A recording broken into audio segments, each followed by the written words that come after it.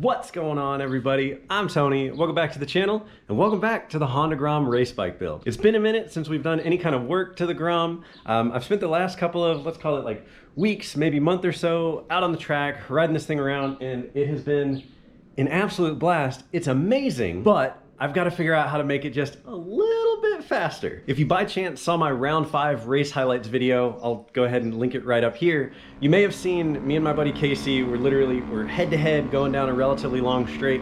But the second I go for 4th gear, he just pulls away, he leaves me. So I just simply didn't have the RPM to hang with him on those straights. So he got to stay in 3rd gear primarily the entire track, whereas I was having to jump up to 4th because I was running out of RPM. So with all that said, in today's video, we're gonna be throwing a DHM flash on the Honda Grom here, and we're actually gonna be throwing an intake on the bike, but it's not the intake that you think. So stay tuned for that, and if you like the video, go ahead and hit that thumbs up down below. And if you dig the content, consider subscribing for me. I'd greatly appreciate it. Before we jump into the install and the review, I'm gonna go ahead and set the camera down and we're gonna take a look at what all I got and kind of talk about what it's gonna take in order to get the stuff on the bike, ready to roll, so that hopefully in my next race, I don't get absolutely destroyed on the straights like I did in Houston. All right, let's talk about what we've got. So everybody probably anticipates I've got a Grom. I'm automatically gonna be throwing, I think it's like Chimera, I don't know how to say it, but I want to try and keep my Grom as stock-ish as possible. So I am going to be going with the DHM Flash with the tune, the stage 1 tune, because I don't have a cam, but I'm actually going to be running the Koso intake tube and the actual Koso intake filter. From what I've seen, there haven't been a ton of people who have run the full Koso setup, especially with David's little ring adapter for the throttle body. So I figured that was a really good place to kind of start. I wanted to keep it as stock as possible, so it just made sense. But yeah, I'm hoping that with the intake tube, the tune, let's see about the tune real quick. What did David send me? Oh, I got some stickers. Stickers are great. I got the tune, and then in order to make all of this work, this little guy right here has to be installed on the stock throttle body. And the idea is you've got the new intake tube, a little bit wider, and you can actually see that the opening is larger. Stock throttle body, pop it right over there. I am gonna have to cut a hole in the stock intake box, but hopefully we get a little bit more oomph. But step number 1 is to get the bodywork the rest of the way off the bike. The other side's already been removed. It just doesn't look like it because magic. 3, 2, 1. Easy as that. Now, I want to just kind of take a look at the bike real quick. So this whole mod kind of relies on getting this stock air box off, and then you can actually see the difference in size on the stock intake tube there. That's going to be a considerable difference. Now, before I go taking the intake box off and the intake tube off, I'm gonna start with the easiest thing in my opinion, and that's just coming over here and swapping out and throwing the new ECU on. But yeah, this is legitimately plug and play. I'll go ahead and I'll take the new ECU, I'll throw it on the bike, and then I'll start working on the intake box and getting that all set up.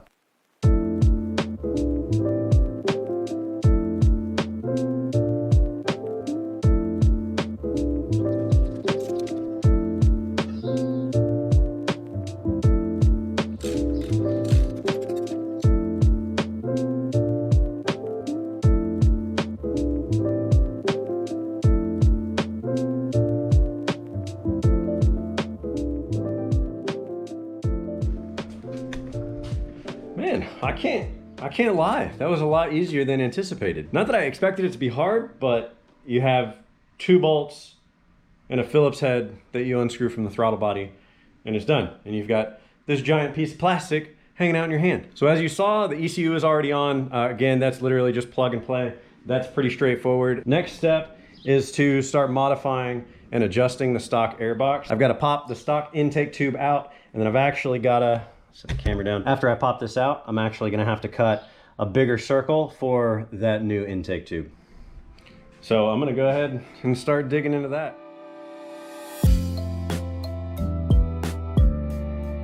Ta-da! Maybe that's right there why I was going so slow. That's horrible. Shame on me. That's pretty bad.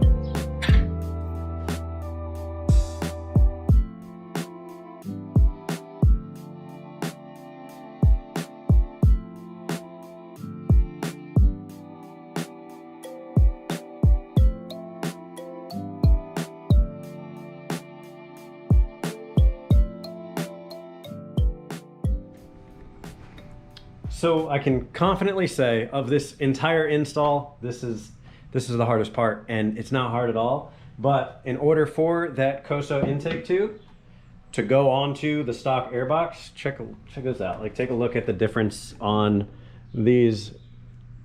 New, old, new, old. So the instructions say cut it to, I think it's 40.5 millimeters.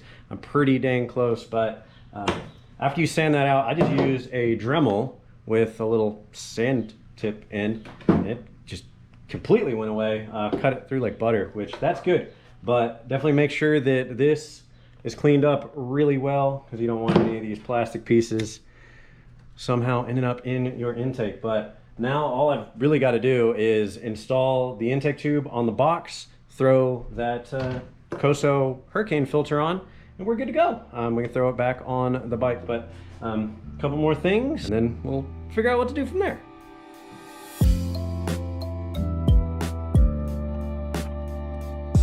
That fits like a glove.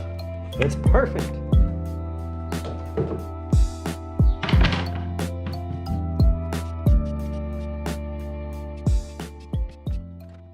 All right, so what you saw there is this Koso filter actually comes with two, let's call it filters. You got a high density foam filter and then a low density foam filter. This one's supposed to let more air through, but it's not as good with like water and wet conditions and stuff like that. I'm not worried about that, so I decided to go ahead and go with the low density filter. The kit also comes with some longer screws here. The screws are, if you decide to run the front of the airbox, you need a little bit more length because this filter is quite a bit thicker than what you would see with OEM, and it just allows you to put the filter on here, front of the airbox on, and then get that screw all the way through. Now, I'm not gonna be running the front of the airbox. I want as much air as possible into this intake, into the engine, so I'm just gonna go ahead and use the OEM screws, and then this legitimately will be ready to go back on. Now, the one thing that I don't know. I don't know what to do with. This is that OEM little top portion. I really don't think it matters if it's on there or not. It's kind of silly to be, I don't know. Maybe I'll leave it for now and then take it off later and try it. I don't know. Decisions. But legitimately, now we've got the intake tube on. I do have to go ahead and get the DHM, the, let's call it throttle body adapter on the throttle body. But this will, at that point, be 100% complete and ready to go.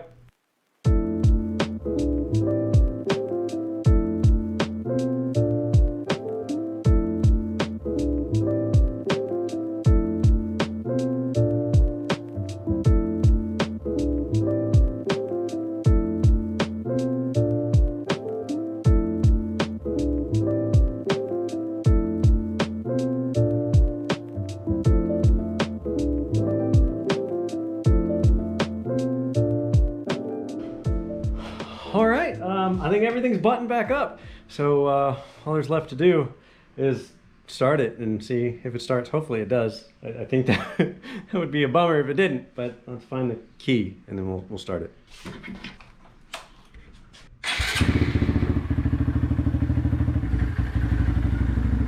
So the bike runs. I have no idea what it's actually going to do out and about riding, but hopefully it gives me a little bit more oomph. So I'll helmet up, we'll get out on the road, and we'll see how this thing actually rides.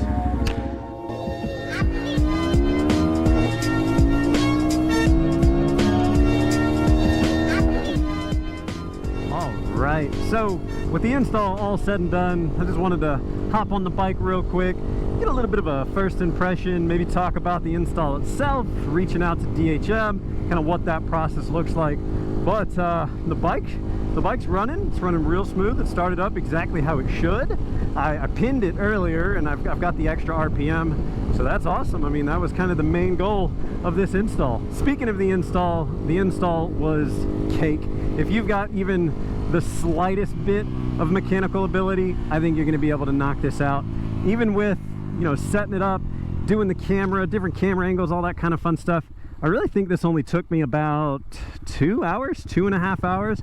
So if you've got some wrenching skills, you're going to be able to knock this out in under an hour, no doubt about it. Working on the bike, getting everything set up, that's easy.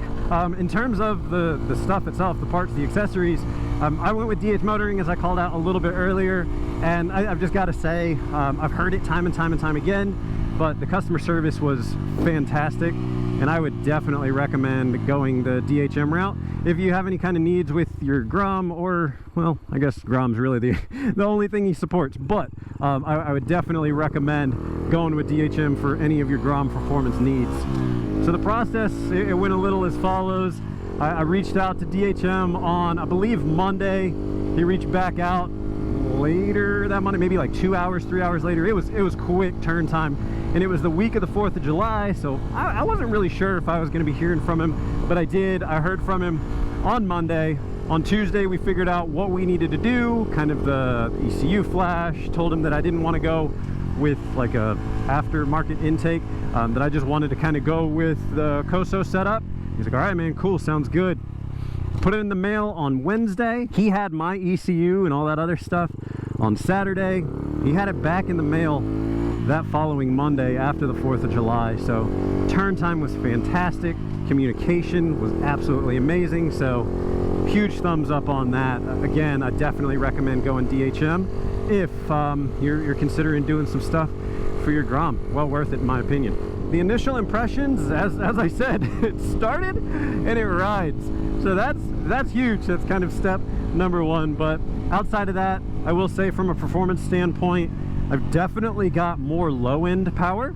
I think that my mid-range is pretty much the same. I don't know if that's the case, but I guess when you're dealing with, like, what is this, 7 horsepower, 8, 9 maybe? When you're dealing with that low of a horsepower, I don't really know if you're gonna feel it, but mid-range seems to be about the same. Up top, I've definitely got more, just simply because there's more there. I think the RPM limit on this is like 9,600, 9,700, and to be honest, I think that right there is what's going to be the differentiator and maybe helping me stay up with some of the front runners in the Grom Challenge. I guess to be determined. We're going to be racing at the end of this week, so we will see then. I want to go ahead and just kind of put this off the rev limiter so that you can see it, maybe you can hear it. Before I just jump here, I will say that the tune also helped with just like a quick start, like right off the line. That's something I always had issues with, but if you look at the RPM, right there around 9,800 is where it's sitting. If I go tuck,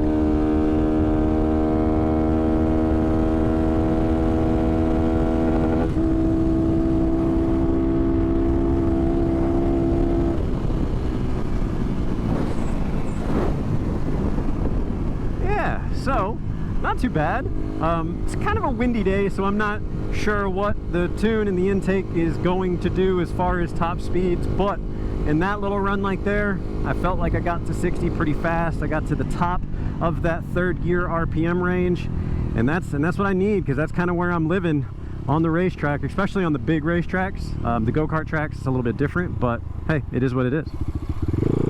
On that note, I'm gonna go ahead and turn this whip around, because I am somewhat riding dirty in the sense that I have no headlight, no blinkers, no tail light, no rear blinkers, no license plate. Yeah, so I'm just riding around in my neighborhood, kind of, but I ain't trying to risk it, I ain't trying to get in trouble. So with that said, we're gonna go ahead and call this one quits. If you like the video, go ahead and hit that thumbs up button for me, and if you like the content, go ahead and consider subscribing, because there's a lot more where this came from. Until next time, ladies and gents, I'm Tony. Y'all be safe. I'll talk to y'all later. Bye.